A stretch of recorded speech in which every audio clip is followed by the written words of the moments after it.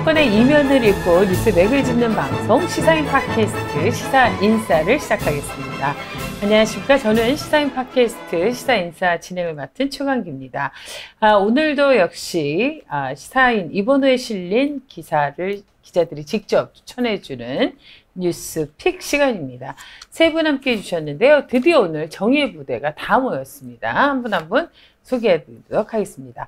외로워도 슬퍼도 나는 일찍 일어날래. 네, 아침마다 뉴스를 브리핑하는 뉴스노의 김은지 기자 함께 해주셨습니다. 네, 안녕하세요. 네, 상큼해요. 네. 노예지만 상큼하네요. 시사인은 패션 리더, 목소리는 곰 리더, 시사인은 팟캐스트를 도맡아 하는 시사인 팟캐스트의 머터리 윤은선 온라인 에디터도 함께 해주셨습니다. 안녕하세요. 반갑습니다. 네. 한결같은 목소리예요. 네. 곰 리더는 어디 갔어요? 도대체. 네. 삐삐 기자였다가 키다리 기자였다가 부상 기자였다가 한때는 고정이었지만 이제는 막내들에게 그 자리를 위협받고 있는 네. 넣었다 뺐다. 제가 썼습니다. 이 멘트. 그래요. 경고를 날리는 거죠. 그렇죠. 핵심적인 내용이에요. 네. 김현희 기자 함께 해주셨습니다. 네, 오랜만에 인사드립니다. 그래요. 떠는 것 같은데. 감 잃었네요. 감 잃었네요. 그래요. 굉장히 자세도 거만해요, 지금. 아니, 왜 뭐 이렇게 한 거네, 진짜. 그게 뭐예요? 김현희 기자가 다시 돌아왔더니 분위기가 너무 화기애애요. 그러네요. 아주 예. 좋아서. 반가워요. 저희 초반에 고정 멤버였잖아요. 이렇게. 그렇죠. 그 예. 정의 부대였어요. 예. 그런데 네네. 언제나 정의는 바뀔 수 있다라는 거예요. 왜 저만 바뀌는 거예요? 자주 좀 나오세요. 그럴까요? 왜 이렇게 자주 자리를 비워요? 밀리는 건가요? 네. 저는 항상 자리에 있는데 치고 올라가서 후배들이 아주 부단히 치고 올라가서 바빴다. 이렇게 아름답게 마무리하려고 했는데 안 되겠네. 굳이 저격을 하네요. 또 후배들을. 아니 여기 본인이 써놓고 화내시는 건가요? 그렇지. 성수성 뭐고 너 그럴 수 있냐? 아니 근데 제가 시사인에 와보면 진짜 자리를 늘 지키는 김현희 기자인데 여기만 못 들어와요. 네. 정말 허들을 넘어보세요. 키도 큰데. 네. 자, 오늘 이제 시사인에 실린 이번 주 기사 직접 추천해줬는데 우리 김은지 기자가 준비해온 기사입니다. 여러분들도 아시겠지만 일본이 이제 기어이 한국에 대한 화이트리스트를 강행했습니다. 백색 국가를 정했는데요. 배제했죠. 현재 그 일본 행동의 근원을 찾아가면 여러분들도 다 아시겠지만 강제징용 피해자에 대한 대법원 판결인데요. 이번 주 시사인에는 관련 내용들이 아주 꼼꼼하게 또 외고부터 해서 따져보는 기고가 실려 있습니다. 오늘 어떤 기사를 갖고 왔죠? 네, 제가 쓴 기사는 아니고요. 임재성, 김세은 변호사가 저희 시사인에 기고한 글인데요. 네. 제목은 한국이 약속 어겼다고 틀렸다입니다. 이 두 분이 모두 강제징용 피해자 대리를 했던 변호사인데요. 그래서 네. 그때 대법원 판결을 승소로 이끌었던 그 변호사들입니다. 그러니까 현재 일본이 1965년에 한일 청구권 협정에 기반해서 2018년에 내려진 대법원 판결이 틀렸다. 이렇게 그렇죠. 주장을 하고 있거든요. 네. 그러니까 한국이 약속 어겼다라는 게 일본 정부의 주장인데요. 이것이 왜 틀렸는지를 꼼꼼하게 이번에 그 두 사람이 좀 짚었습니다. 네. 어떤 내용이에요? 네, 한국 대법원이 2018년에 강제동원 피해자들의 배상 청구권, 그러니까 약간 법적 용어가 나와서 어렵게 느껴지실 수 있는데요. 네. 그러니까 가장 중요한 부분들은 개인에게는 이 청구권이 소멸되지 않았다라고 해석하는 게 맞다라는 게 일관된 우리 대법원의 판례이자 주장이라고 하는 거거든요. 네. 그런데 자꾸 일본은 그 두 가지를 굉장히 묘하게 섞어서 모든 게 다 사라진 것처럼 이야기를 하고 있다라고 하는 건데요. 네. 그러니까 우리가 1965년에 한일 청구권 협정을 맺으면서도 개인 청구권이 없어지지 않았다라고 오랫동안 해석해왔고 그 근거는 당시의 일제 지배가 불법이었다라는 것이 전제가 되었다라는 거죠. 근데 일본은 자꾸 그 부분들을 인정하지 않으면서 모든 게 다 사라진 것처럼 마치 국가 대 국가가 약속한 것 때문에 개인에게도 무슨 청구권이 없는 것처럼 이야기하고 있는데 그게 아니다라는 것이 이번 기고의 핵심 주장이라고 볼 수 있습니다. 그렇습니다. 그런데 중요한 건 이제 일부 보수 언론에서는요, 이런 이제 뭐 불포함 해석이 한국 대법원의 예외적인 해석이라고 이렇게 주장을 하고 있는데 이건 어떤 내용인지 좀 정리해 주시겠어요? 네, 그러니까 개인의 청구권이 포함되지 않았다라는 식의 주장을 일본이 하고 있다고 했잖아요. 네. 그리고는 한국 대법원이 굉장히 이걸 특이하게 해석하고 있다는 게 일본의 주장입니다. 그런데 이제 일부 보수 언론들이 그런 일본의 주장과 유사한 주장을 하고 있기 때문에 네. 이제 그거에 대해서 임재성, 김세은 변호사가 지적을 하고 있는 건데 1965년 3월 21일 대한민국 정부가 발간했던 한일회담 백서 있다라는 게 있는데요. 네. 그것을 보면 좀 근거가 나온다라고 합니다.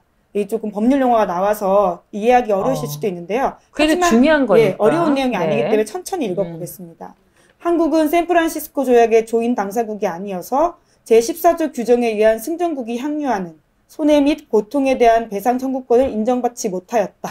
그러니까 우리가 불법으로 점유되어 있었기 때문에 그런 것들이 인정되지 않았다라고 하는 그렇죠. 건데요. 네. 이러한 한일 간의 청구권 문제에는 배상 청구를 포함시킬 수 없다라는 이야기가 있다라고 하는 건데 여기에는 어디에도 불법성에 대한 언급이 없다라고 하는 거죠. 그러니까 일본이 계속 식민지배에 대한 불법성을 인정하지 않고 계속해서 강제동원 피해자들의 법적 배상을 원칙적으로 부인해왔다라는 것이 핵심이라고 볼 수 있습니다. 네. 그러니까 그 일본이 그 저지른 만행에 대해서는 아예 그건 빼고 그렇죠. 그러니까 예. 국가 간의 약속에 대한 이야기만 하는 거예요. 근데 그 약속이 왜 생겼는지를 따져보면 사실 그 법리적인 용어가 아니더라도 상식적으로도 그렇죠. 이해가 안 예. 되는 일이에요, 사실은. 그러니까 일본은 65년에 다 퉁쳤으니까 예, 다 예. 끝이다 이렇게 주장을 하고 있는 거예요. 전문 용어 나왔어요. 끝이다. 이런 말이 확 와닿아요. 네, 네. 근데 그게 아니라 개인에게는 계속 살아있다라는 이야기들이 일본 뉴스 나온다고 하는 거거든요. 그렇죠. 네. 근데 이제 이 1965년 한일 청구권 협정에 따르면 그거에 따르더라도 개인의 청구권이 없어진 게 아니다. 이 부분은 아주 중요한 부분이에요. 네, 제가 방금 말씀드린 건데요. 그러니까 일본 내에서도 그런 이야기들이 계속해서 나왔다라고 해요. 그러니까 그게 핵심이라고 볼 수 있습니다. 마치 이게 한국 대법원의 예외적인 해석이거나 아니면 우리만의 주장이 아니라고 하는 건데요. 그러니까 1991년 8월 27일에 일본 참의원 예산위원회에 출석해서 당시의 외무성 조약국장이 이렇게 이야기했다라고 해요. 한일 청구권 협정은 한일 양국이 국가로서 가진 외교 보호권을 서로 포기한 것이므로 이른바 개인의 청구권 자체를 국내법적 의미에서 소멸시킨 것이 아니다. 이 정치인이기 때문에 굉장히 어렵게 말하잖아요. 그러니까 쉽게 말하면요. 개인에겐 여전히 사라진 게 아니다라는 이야기를 하고 있는 거예요. 뿐만 아니라 지금 우리 외무장관 고노다로 일본 외무장관 언론 매체에 많이 네네네. 나오잖아요. 이 사람도 2018년 11월 달에 중의원 외무위원회에 나가서 개인의 대일 청구권이 소멸되지 않았다. 이런 발언을 했다고 하거든요. 이 양반이 지금 한 입으로 두 말 하는 거네. 네, 뭐 정치인들이 그러긴 왔다 한데요. 갔다 하네요. 네, 굉장히 강경화 장관이랑도 나를 세우고 있잖아요. 그렇죠. 참 네. 밉상이에요, 진짜. 네. 근데 이게 뿐만 아니라 일본 나고야 고등재판소 가나자와 지부라고 하는 곳에서 네. 한국 강제동원 피해자들 관련된 재판이 2010년에 있었다라고 하는데요. 예. 이때는 후지코시라고 하는 주식회사가 있었는데 이것도 일본의 군수회사입니다. 예. 여기를 상대로 또 강제동원 피해자들이 소송을 제기한 바가 있는데 그때도 뭐 지긴 했지만 좀 의미 있는 판결 부분들이 있는데요. 이때도 개인 청구권까지 소멸된 게 아니다. 이렇게 아. 일본 법원이 판결했다라고 해요. 그렇군요. 그러니까 일본에서도 개인의 청구권이 없어진 게 아니라는 해석들은 1990년대부터 지금까지 계속 나왔던 이야기임에도 불구하고 이제 와서는 마치 한국이 때를 쓴다. 이렇게 주장을 하고 있는 게 일본의 상황이라고 하는 거죠. 그렇군요. 그러니까 이게 우리나라 대법원의 판결뿐만이 아니라 일본에서도 그렇죠. 이런 네. 목소리가 있었다는 건 아주 중요한 지점인 것 같습니다. 그런데 이제 2007년 일본 최고재판소가 이 중국 강제동원 피해자들에게 한 판결을 한 이후에 일본 기업이 이제 배상을 한 적도 있다고 하네요. 중국 그 네, 피해자들에게는. 그러니까 사실은 일본이 그 당시에 한국을 식민 지배하면서 제국주의적인 만행을 펼칠 때 한국만이 피해자가 아니었거든요. 그랬죠. 그러니까 네. 중국을 비롯해서 동아시아 전반적인 피해가 있었고 심지어 위안부는 유럽까지도 있었잖아요. 이런 것처럼 굉장히 피해자들이 전 세계 곳곳에 있습니다. 그래서 2007년에는 일본의 최고재판소, 그러니까 우리로 따지면 대법원 같은 곳인데 여기서 중국의 강제동원 피해자들에게 한 판결이 있습니다. 물론 여기서도 그들이 지긴 했는데요. 하지만 판결문에 의미 있는 부분들이 있어서 그 부분들을 개별 기업이 받아들이고 결과적으로는 배상을 했다라고 해요. 그러니까 기업이 자발적으로 배상을 한 거죠. 그렇죠. 자신들의 예. 역사적 과오가 어쨌든 판결에서 인정이 됐으니까. 그렇죠. 예. 그러니까 여러 가지 법리적인 다툼들 때문에 돈을 갚을 필요는 없다라고 했지만 그렇다고 잘못이 없는 게 아니다라는 판결을 그 당시 했다라고 하는 거거든요. 그렇죠. 그래서 김연희 기자의 지적대로 그 당시에 일본의 기업이 중국 피해자들한테 개별적으로 다 손해배상을 했다라고 하는 거죠. 근데 그 문구가 뭐냐면요. 피해자들이 입은 정신적, 육체적 고통이 극히 컸고 일본 기업은 중국인 노동자들을 강제노동에 종사시켜서 상응하는 이익을 얻는 등 재반 사정을 비추어 보아서 피해자들의 피해 구제를 위한 노력을 기대한다. 그러니까 니들이 개별적으로는 노력해야 된다. 돈 줘라 이런 이야기를 한 거죠. 그렇군요. 그러니까 이게 지금 문제는 일본이 어쨌건 이게 선택적으로 배상도 하고 지금 선택적으로 지금 지금 이렇게 때를 쓰고 있는 거 아니에요, 진짜. 그러니까 요 문구만 딱 보면은 정말 한국에 강제징용 당한 노동자들한테도 그대로 저는 적용할 수 있다. 네. 그리고 사실은 그런 피해 강도는 한국 노동자들이 가장 크게 받았다라는 것이 대대적인 이야기거든요. 그렇죠. 당시에 식민지배 받으면서 가장 소위 만만하게 착취할 수 있는 대상자였으니까요. 네.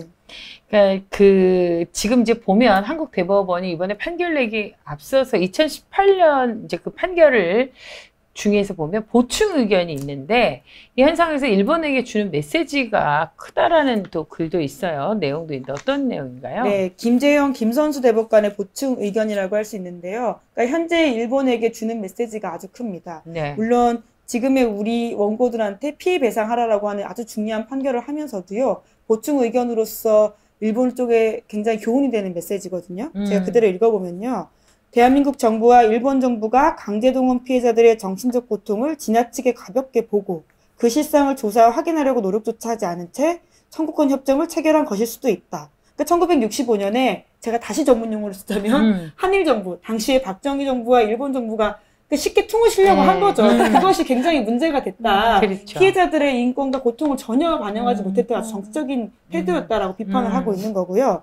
그렇기 때문에 청구권 협정에서 강제동원 위자료 청구권에 관해서 명확하게 정하지 않은 책임은 협정을 체결한 당사자들이 부담해야 하는 것이고 이를 피해자들에게 전가해서는 안 된다. 그러니까 협정에 대한 해석이 일본과 한국이 서로 다르다고 하더라도 피해자의 인권을 가장 먼저 생각하는 것은 아주 국제 공통의 행동이다. 그렇죠. 당연한 것이죠. 예. 그렇군요.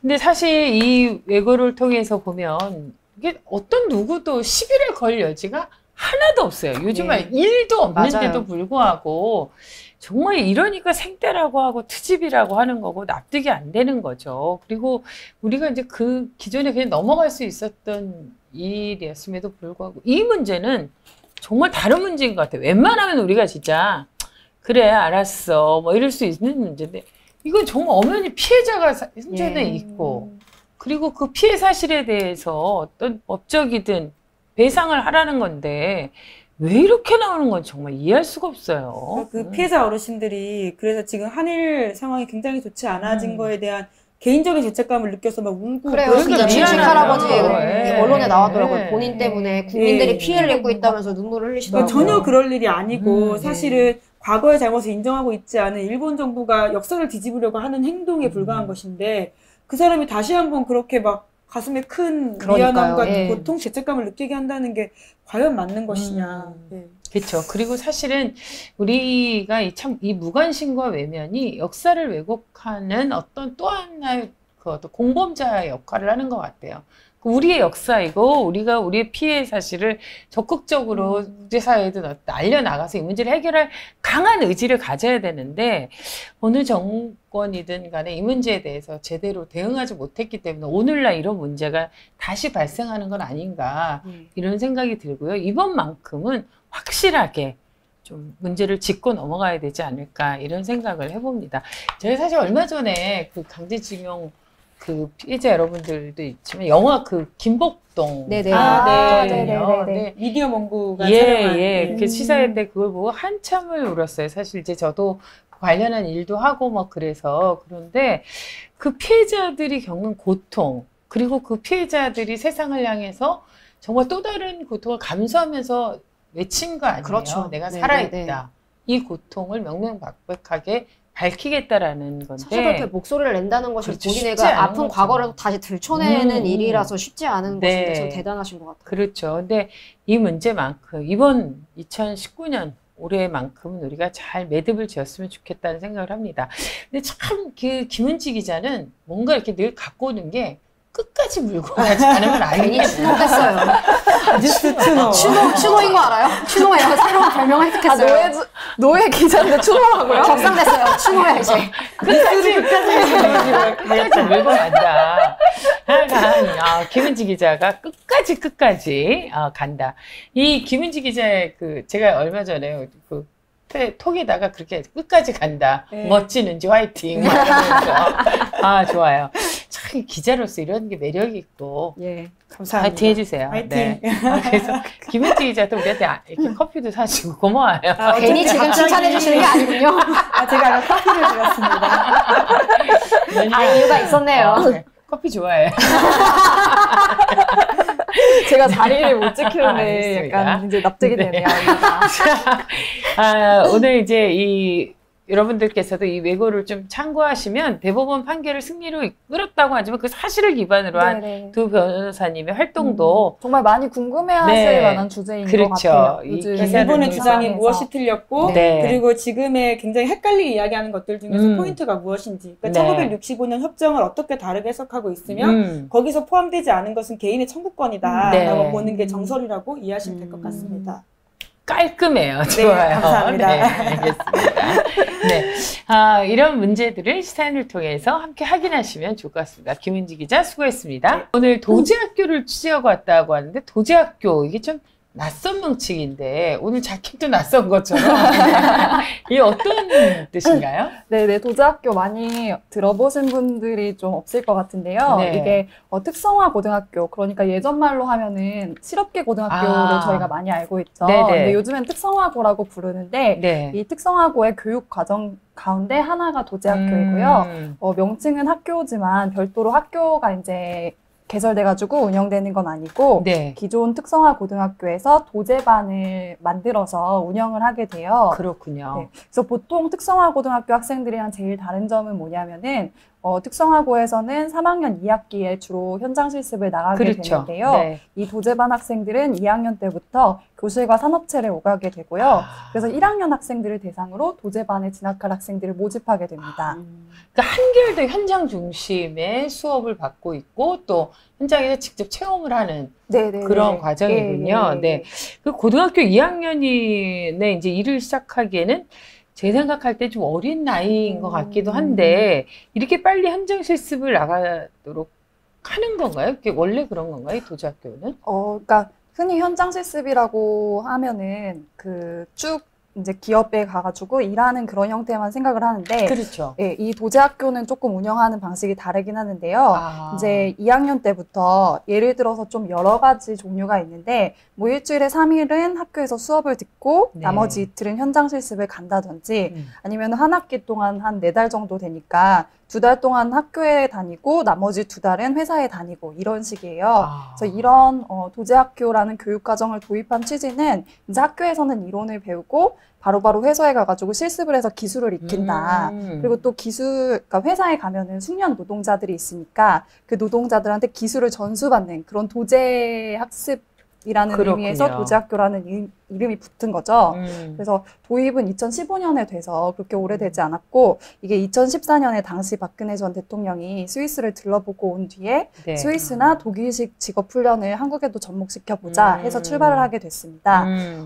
근데 시작한 지 얼마 안 됐는데도 지난해 기준으로 전국에 194개 학교 8,563명 학생이 도제학교 과정에 참여하고 있어요. 그렇군요. 사실 이제 도제학교 하면 말씀하신 대로 독일에 네네네네. 학교에 좀 익숙해서 그런 게 되게 좋은 네, 모델로 그렇죠, 소개가 좋은. 되고 직업 훈련 모델로 그래서 그렇군요. 우리도 도입하자 해서 시작이 네. 된 거죠. 그러니까 짧은 기간이었지만 전국의 194개 학교에서 8,563명의 학생들이 지금 이제 도제학교 과정을 밟고 있다는 거군요. 근데 이제 교육계와 노동계, 뭐 시민단체들에서 도제학교를 반대하는 목소리도 있다고 하는데, 얼마 전에 국회 앞에서 있었던 반대 기자회견에서 특성화고 피해자 가족, 그러니까 이제 현장 실습으로 안타까운 일들이 많이 있었잖아요. 네네네. 자식 잃은 부모님들도 계시고 그런 분들도 함께 했다고 하는데 이 반대 목소리는 왜 그럴까요? 취지도 좋은데. 네. 그렇죠. 이렇게 도제학교가 그러니까 일과 학습을 병행한다.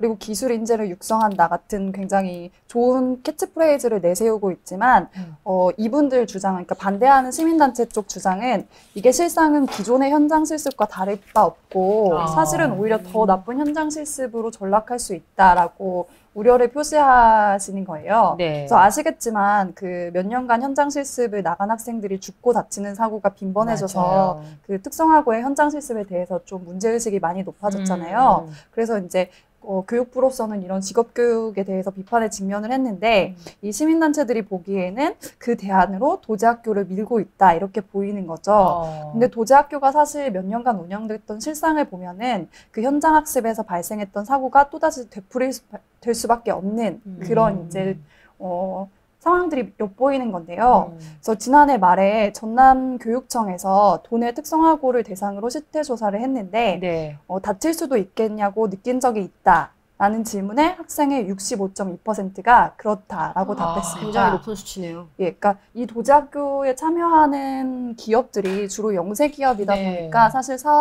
그 사업장 환경이 그렇게 뭐 안전하거나 하지 못한 거고요. 그리고 이게 사실은 취지는 어쨌든 가서 기술 실습을 하고 훈련을 한다라는 명목으로 회사에 가는 거잖아요. 근데 그 파견된 회사에서 하는 일들을 보니까 제일 많이 하는 게 기타였고요. 그다음에 기타요? 예. 그러니까 뭐라고 말을 해야 수 없는 장르들을 다 기타로 들어간 거고 복사 뭐 이런 거. 뭘로 그렇죠, 말할 그렇죠. 수 없는 일들이 다 네, 기타죠. 예. 그래서 청소 허드렛 일순이었는데 거기 그 학생들이 이제 기타에다가 써넣은 그 주관식을 보면은 담배 심부름? 그러니까 그거 뭐죠? 담배 재떨이 버리는 일 좀 안 시켰으면 좋겠다. 재떨이 청소시키기. 이런 것도 써 있고, 그러니까 굉장히 뭐라고 항목으로 지정할 수 없는 그런 것들이 다 기타로 포함이 된 것 같아요. 뭐 기술 실습과는 전혀 상관이 그러니까요. 없네. 네네네. 예. 이게 출발 자체는 좋았는데 막상 그 참여하고 있는 학생들, 조사한 학생들의 상당수가 불안감과 그러니까 그 안전에 대한 공포심이 있는 것 같은데 네네네. 직접 학생들을 만나보면 어떤 얘기를 하던가요? 제가 그래서 도제학교 프로그램을 직접 이수했던 졸업생들을 만나봤는데요. 네. 그러니까 올해 2월에 졸업하고서는 이제 막 사회로 진출한 20살 청년 2명을 만나봤어요. 네. 근데 정말 저도 만나면서 이분들 한 명만 섭외해가지고 얘기를 들어도 저희 시사 인사 한 편이 나오겠다 싶을 만큼 그러니까 이 20살 나이라고 아예 걸맞지 않다고 해야 될까요? 그럴 만큼 되게 사연이 구구절절하고 말씀도 되게 조리 있게 하시는 거예요. 많은 일을 겪으셔서 그런가 봐요. 네네네. 그러니까 그 도제학교에서 정말로 이제 인생의 어떤 쓴맛을 봤다고 해야 될까요? 그래서 한 분을 먼저 얘기를 드리면은 이분은 기계학교에서 전자과를 전공한 여학생인데요. 이제 1학년 때 학생들을 대상으로 도제학교 학생들을 선발을 하는데 이게 학교에서 대표로 기업체에 가는 거니까 나름 우수한 학생들을 좀 그렇죠. 뽑더라고요. 그래서 이 학생이 선발이 됐는데 그래서 현장 실습을 가는데 여기가 의료기기 제작 업체라고 소개를 받고 갔는데 알고 보니까 의료용 주사기를 만드는 회사였던 거예요. 그럼 전자과라는 전공과는 전혀 상관이 없는 거 아닌가요? 예, 그렇죠. 그리고 이 주사기를 만드는 작업도 뭐냐면은 그 보톡스나 필러용 주사기를 만들 때는 그 끝에 단백질실을 연결하고 이거를 소독솜으로 고정하는 그런 작업을 해줘야 된대요. 그러니까 사실은 굉장히 단순한 노무 작업인 거죠. 그거를 출근 첫날 20분 배우고 그 이후에 2년 동안 졸업할 때까지 이 작업을 하게 된 거예요. 어떻게 이럴 수가 있어요?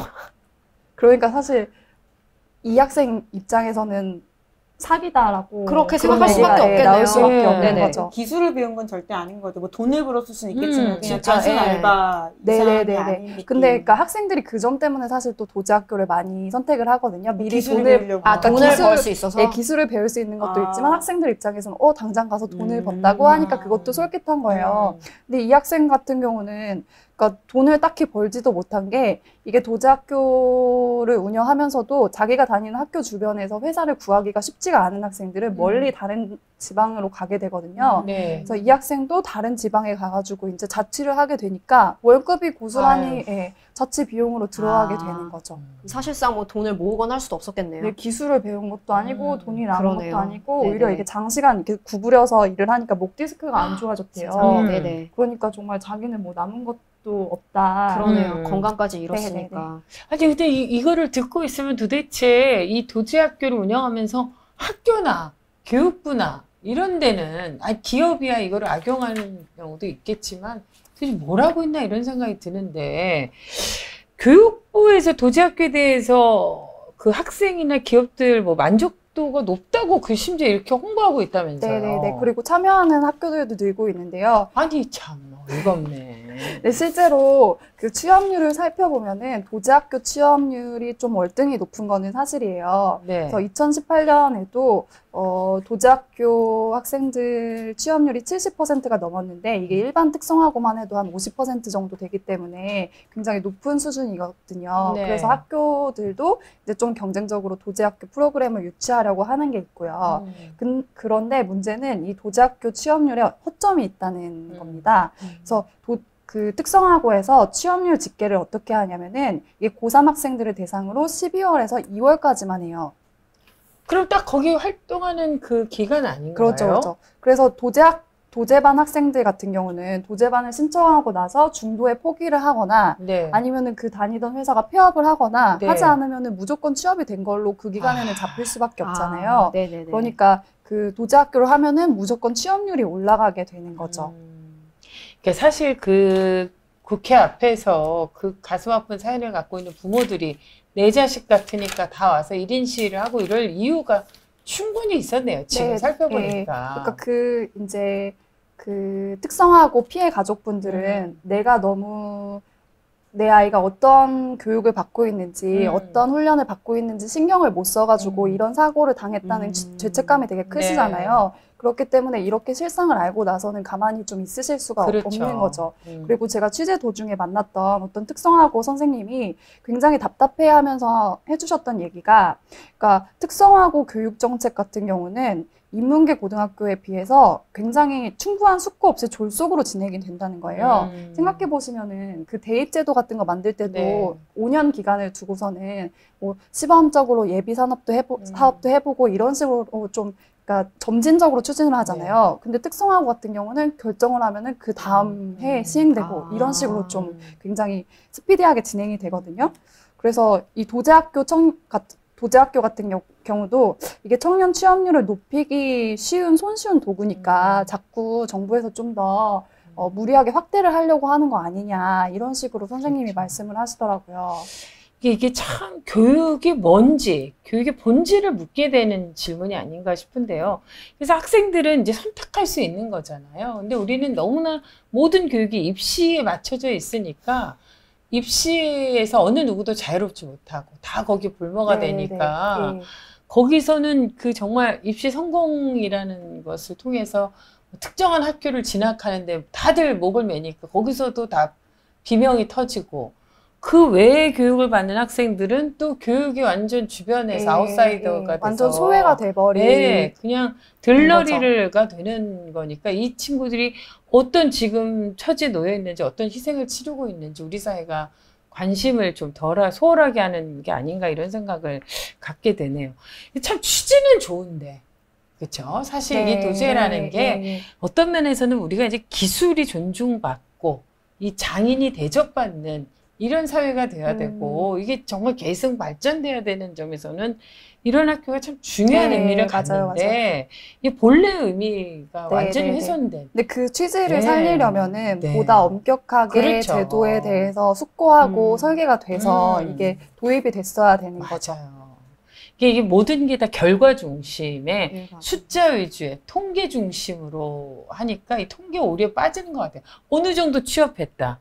얼만큼 뭐 인문계도 대학 진학률이 어떻다. 명문대 진학률 그렇죠. 이런 것만 자꾸만 강조하니까. 그렇습니다. 우리 사회의 미래는 바로 이 학생들에게 달려있는 건데 정말 우리가 많은 걸 소홀히 하고 있다라는 기본을 놓치고 있다라는 생각이 듭니다. 이 특성화고 학생들 지금도 어느 현장에서 지금 땀 흘리고 있는 학생들이 분명히 있을 텐데 시사인이 여러분의 목소리를 또 작지만 함께 할 수 있어서 잊지 않고 좀 용기를 가지셨으면 좋겠고요. 이것도 김현희 기자도 끝까지 고정 자리를 놓치지 않으면 끝까지 이런 소식들을 좀 몰고 와야 될 것 같습니다. 제보 주세요. 네, 여러분의 제보를 기다리고 있습니다. 사실 우리 사회 목소리들이 참 우리의 큰 목소리에 묻혀 있는 경우가 많은데요. 우리의 낮고 작은 목소리가 시사인에 가득 채워지면서 희망을 찾을 수 있기를 바라봅니다. 특성화고 학생 여러분들 그리고 부모님들 시사인과 함께 하겠습니다. 시사인도 함께 하겠습니다. 김현희 기자 고맙습니다. 아니 참 시작은 좋아서 훈훈했는데 이 말미가 아주 찝찝하고 화가 나네요. 정말 교육 문제는 좀 그러네요. 하여간 끝까지 함께 해주시기 바랍니다. 자, 다음은 윤원선 에디터가 준비했는데 지난주 그 시사인사에서 김영하 기자가 결혼 이주 여성 비극이라는 기사를 좀 갖고 왔었죠. 네. 오늘도 관련한 기사인가요? 네. 제가 지난주에 시사인사에서 김영하 기자의 기사인 결혼 이주 여성의 비극이라는 기사를 소개를 했었는데요. 이게 이제 한국 남성과 결혼해서 우리나라로 이주해온 외국인 여성이 얼마나 법의 보호를 받기 어렵고 많은 폭력에 노출이 되어 있는지에 대해서 이제 다룬 기사였는데요. 네. 오늘은 이제 이 결혼 이주 여성 기사와 엮어서 함께 고민해보면 좋을 만한 기사가 이번 호에 실려서 가져왔습니다. 네.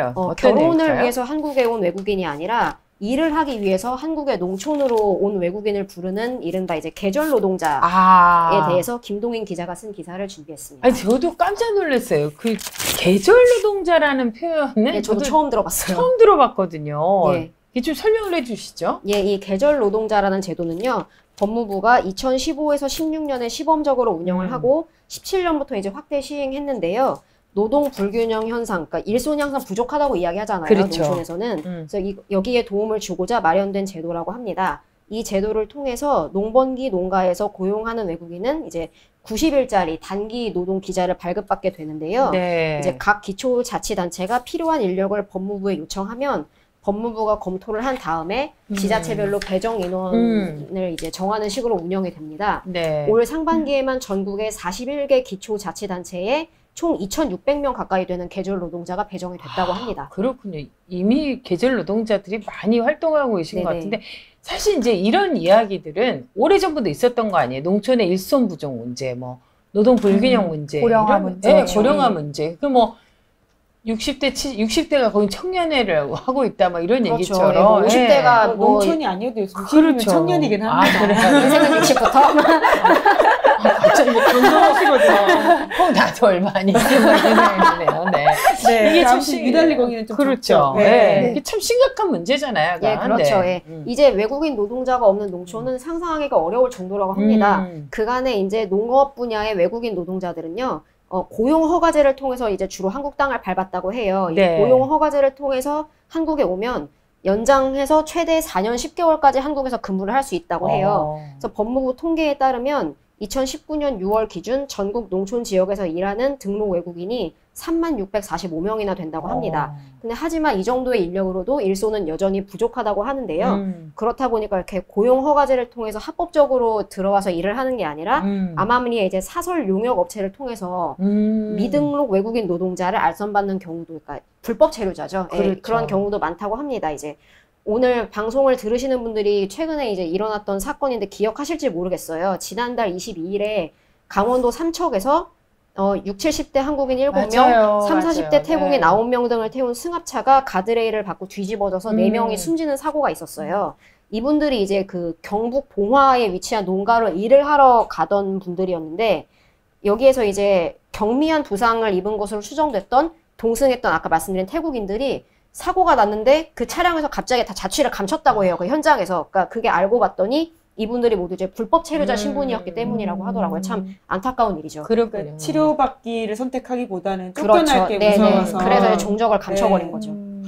그러니까 저도 그때 그 뉴스가 참 끔찍한 뉴스였는데 그때 계절 노동자라는 네네. 이런 게 농촌에 있었구나라는 걸 처음 알았는데 이게 이제 지금 보면 이 어떤 면에서는 계절 노동자 제도가 굉장히 이렇게 오래전부터 도입이 돼서, 그러니까 이주한 노동자들이 음지에서 일하는 것보다 양지에서, 그러니까 제도적으로 보장을 그렇죠. 해주겠다 네네네. 이런 건데. 이런 식으로 미등록 이제 네. 외국인 노동자를 불법적으로 쓰게 되니까 아예 양성화한 거죠. 네네네. 어떤 네네네. 면에서. 빨리는 일손을 그렇죠. 그 계절에만 딱 단기적으로 쓰게 되는 그럼에도 거죠. 불구하고 또 이렇게 음성적으로 또 하시는 분들도 있는 거고, 여전히.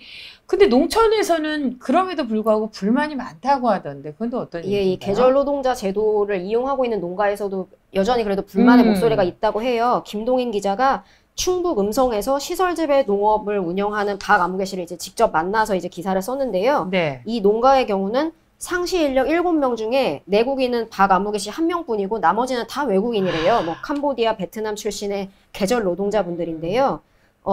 이 외국인 계절 노동자와 함께 농가를 꾸리는 이 박 씨의 주된 고민은 우선 첫 번째는 숙련도의 문제가 있어요. 그러니까 농업에 있어서 이제 어느 정도 이제 숙련이 그렇죠. 필요한 과정인데 네, 네. 90일 단기 비자라고 말씀드렸잖아요. 그러니까 3개월만 있다가 떠나고 또 새로운 사람이 와서 또 3개월만 있다 떠나가고 이런 식이다 보니까 그야말로 일을 할 만하면 그렇죠. 가시는 예, 바로 거예요. 그거죠. 예. 농사에 미숙한 상태로 왔다가 일이 손에 익을만 하니까 이제 돌아가고 이런 상황이 반복되는 거죠.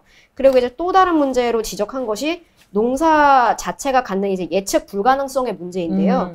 농산물의 가격이 오르고 내리는 것은 그렇죠. 뭐 수요, 기후 굉장히 그때 다양한 달리잖아요. 상황에 따라서 네. 이제 변동이 굉장히 심한 편인데 이거에 따라서 인력을 얼만큼 고용할 것인가 뭐 이런 부분도 조정을 해야 되는데 상대적으로 근무 기간이 짧은 계절 노동자와 함께 근무를 하다 보니까 매출이나 인건비를 책정하는 게 굉장히 불안정해진다고 해요. 이런 문제가 또 있더라고요. 그렇군요.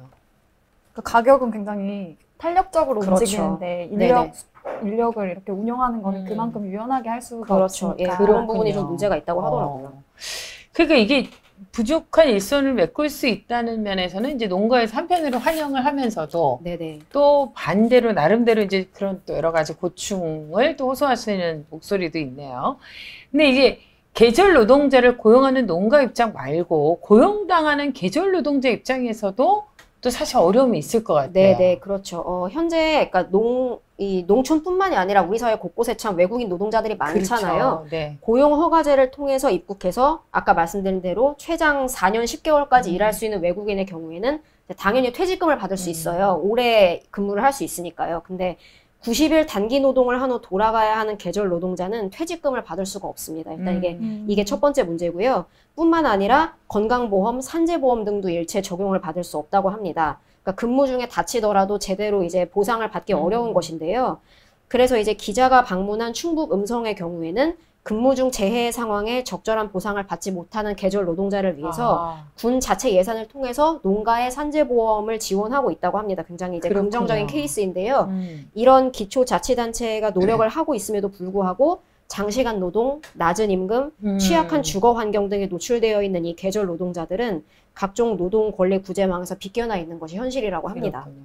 각각의 이제 자치단체 상황에 따라서 이것도 네, 그렇죠. 보장해 주는 것도 많이 다를 테니까 또 그런 어려움이 있겠군요. 사실 이 농촌의 일손 부족 문제가 참 오래된 문제이고 여전히 풀지 못하는 과제인데요. 그런 의미에서 계절 노동자 제도가 도입되었고 또 여전히 정비해야 될 부분도 많이 남아 있는 것 같습니다. 정부와 또 기초자치단체 그리고 농가에서 머리를 맞대고 이 문제를 함께 풀어나가야 되지 않을까 이런 생각을 해보는데요. 무엇보다도 이제 여기서 좀 놓치지 말아야 될 것은 낯선 땅에 와서 정말 그 열심히 땀 흘려 일하는 외국인 노동자분들의 노동권 문제도 우리가 소홀히 해서는 안 되겠다라는 게 우리가 함께 생각해 볼 문제가 아닌가 싶습니다. 사실 이런 것도 시사회를 통하지 않는다면 예, 그러니까요. 잘 참 몰라- 접하기 쉽지 않은 네. 뉴스죠. 그러니까 제 너무 이번- 몰고 간다. 네. 아니 저 이번 호를 보면서 또 사진이 굉장히 인상 깊었는데 네, 맞아요. 그러니까 소제목이 농번기 농촌은 누가 지키나 하거든요. 그러니까 소는 누가 키우나 하는 것처럼 그러니까 정말 어르신들 외에는 이렇게 일손이 되는 외국인들이라고 하는 건데 그러니까 사실은 저는 이 사고가 일어나지 않았으면 전복 사고가 일어나지 맞아요. 않았으면 저도 계절로 잘 몰랐어요. 몰랐을 것 같아요. 근데 심지어 이분들이 음성이라고 하는 군청에 모여가지고는 다 같이 모여서 기념사진을 찍고 이제 돌아가는 버스를 타고 계시는 그 어떤 하루의 장면들이 다 담겨 있어서 그렇죠. 그러니까 저는 기자가 되면 좋았던 게 진짜 내가 알지 못했던 삶의 1cm를 일로써 알 수 있게 된다는 게 참 좋았었거든요. 근데 이 기사도 되게 그런 것 같아요. 그러니까 우리가 전혀 알지 못했던 하지만 작동하고 있는 어떤 삶의 한 장면이 되게 기자들에 의해서 포착돼가지고 전달될 수 있구나. 사진 되게 좋네요. 아, 그래요. 네, 시사회를 보시면 더 자세히 알 수 있습니다. 정리 왕이에요. 김은지 기자 정말 얘는 완벽하게 몰고 가요. 쌍글이 이런 거 있잖아. 진지하게 끝까지. 왜냐면 또 거기다가 그 뒤에는 그래요. 나경희 기자가 태안을 가가지고 또 다른 계절 노동자를 예, 취재해 맞아요. 보거든요. 이어있는 기사도 있어요. 아니 그러니까 저는 그때 그 고속도로에서 일어났던 대참사죠. 그것도 그러니까 안타까운 죽음을 맞이했던 그 고령의 노인분들의 죽음도 너무나 가슴이 아팠지만 그 상황에서도 위기의 상황에서 어떤 분을 구조하고 자신의 어떤 상황을 알리지도 못한 채 홀연히 사라져버린 본인이 부상을 입은 것보다 그게 더 걱정인 거죠. 그러니까요. 이 고속도로에서 사라져버렸던 어떤 태국의 노동자분이 가슴에 또 오래 남아 있더라고요. 우리 사회 주변 또 우리가 보지 못했던 어떤 그런 그늘진 곳에서 묵묵히 땀 흘려 일하고 있는 많은 사람들이 있다는 것을 잊지 않았으면 좋겠습니다. 삶의 현장의 구석구석을 찾아가는 시사인, 그리고 다양한 목소리를 담는 시사인. 때로는 안타깝고 함께 절망하지만 그래도 놓칠 수 없는 희망을 찾아가는 우리 시사인. 여러분 함께 해주시기 바랍니다. 구독, 좋아요는 필수, 알람도 필수. 늘 고정을 차지하고 있는 시사인싸의 정예부대 김은지, 김현희, 그리고 우리 윤은선 에디터를 기억해 주시고요. 이분들 맛이라도 꾹꾹 눌러주시기 바랍니다. 무더위 건강하십시오. 여러분 고맙습니다. 감사합니다.